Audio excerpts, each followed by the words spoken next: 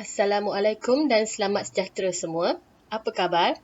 Cikgu harap semua berada dalam keadaan sihat dan bersedia untuk kelas Bahasa Melayu Komunikasi pada hari ini.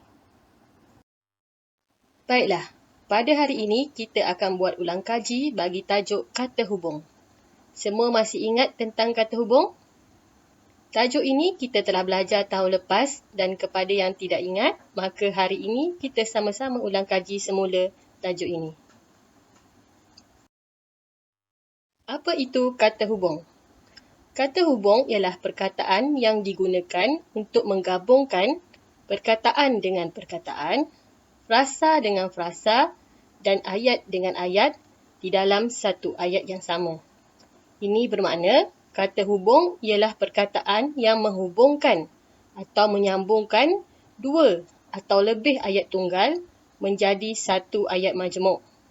Ayat yang disambung oleh kata hubung inilah kita panggil sebagai ayat majmuk. Terdapat 3 jenis kata hubung dan kita akan belajar lebih lanjut pada sesi kelas pada akan datang.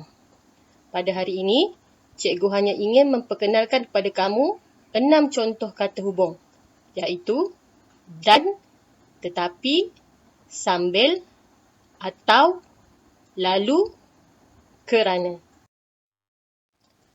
Mari kita lihat penerangan tentang 6 contoh kata hubung yang akan kita pelajari pada hari ini. Pertama, ialah kata hubung dan. Ia digunakan untuk menghubungkan subjek dan predikat atau menunjukkan dua unsur yang setara. Kedua ialah kata hubung tetapi. Tetapi digunakan untuk menunjukkan makna yang berlawanan atau unsur yang bertentangan. Ketiga, sambil. Sambil digunakan untuk menunjukkan perbuatan yang dilakukan pada waktu yang sama. Keempat, atau. Atau digunakan untuk menunjukkan sesuatu pilihan. Kelima, lalu. Lalu digunakan untuk menunjukkan perbuatan yang dilakukan secara berturut-turut. Yang keenam, kerana. Kerana digunakan untuk menjelaskan atau menerangkan sebab atau sesuatu. Sekarang, mari kita lihat contoh ayat supaya kamu lebih jelas.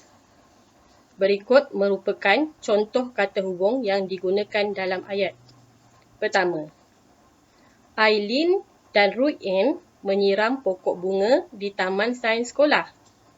Kata hubung dan digunakan dalam ayat ini untuk menggabungkan dua unsur yang setara, iaitu Aileen dan Ruin.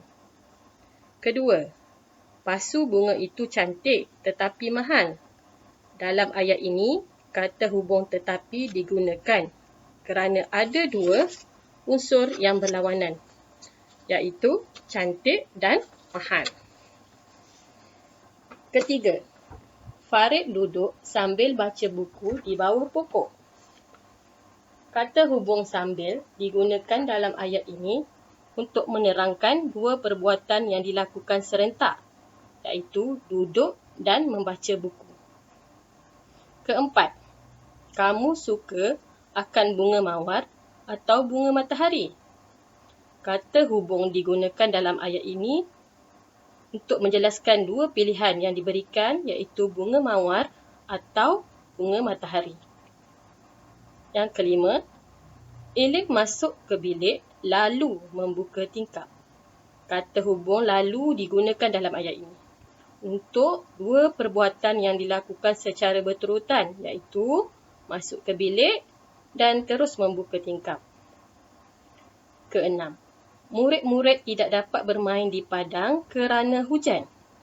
Kata hubung kerana dalam ayat ini digunakan untuk menjelaskan sebab mengapa murid tidak dapat bermain di padang, iaitu kerana hujan. Seterusnya, kita tengok pula beberapa contoh yang lain. Yang pertama, Ali dan Abu ialah kawan baik.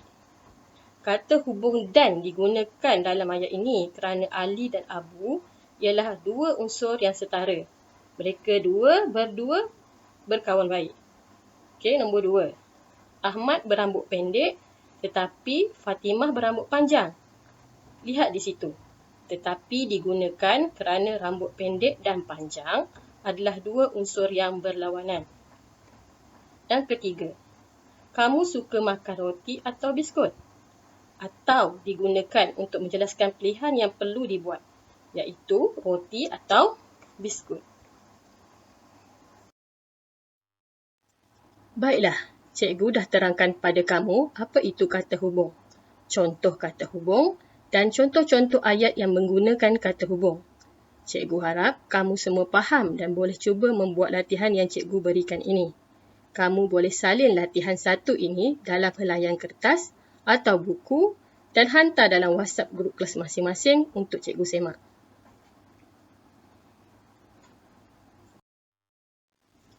Bagi murid kelas 4 inventif dan 5 inventif dan juga murid-murid lain yang telah selesai latihan 1, kamu juga boleh cuba latihan 2 ini sebagai latihan pengukuhan.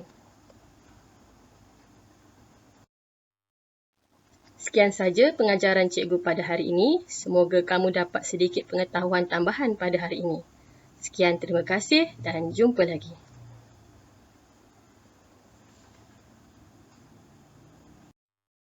Sekian sahaja pengajaran cikgu pada hari ini. Semoga kamu dapat sedikit pengetahuan tambahan pada hari ini. Sekian, terima kasih dan jumpa lagi.